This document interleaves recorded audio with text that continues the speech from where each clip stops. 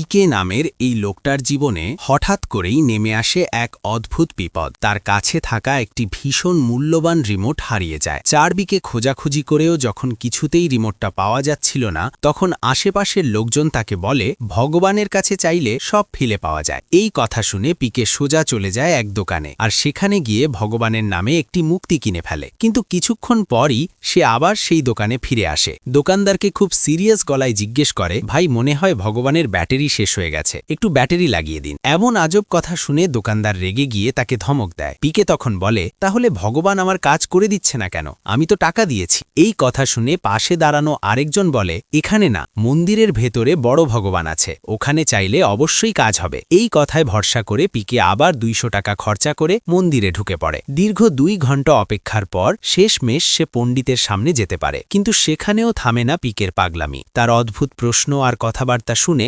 Security guard তাকে জোর করে বের করে দেয়। এবার রাগে আর দুঃখে পিকে সোজা চলে যায় থানায়, মামলা করতে এসেছে। ডায়েরিতে বক্তব্য লেখার সময় সবাই অবাক হয়ে যায়, কারণ পিকে এসেছে ভগবানের নামে মামলা করতে। তার অভিযোগ, ভগবান টাকা নিয়েও আমার কাজ করল না। এই কথা শুনে পুলিশ অফিসার বলে, আজ আমি কোন পাগলের পাল্লায় পড়লাম? কিন্তু পিকের কথায় একটা যুক্তিও আছে। সে বলে, ভগবান যদি আমাদের সবাইকে তৈরি করে থাকে, তাহলে আমরা মানুষ কিভাবে ভগবান তৈরি করি? যাই হোক, আপনি কোন ধর্মের? অবশ্যই কমেন্টে জানাবেন।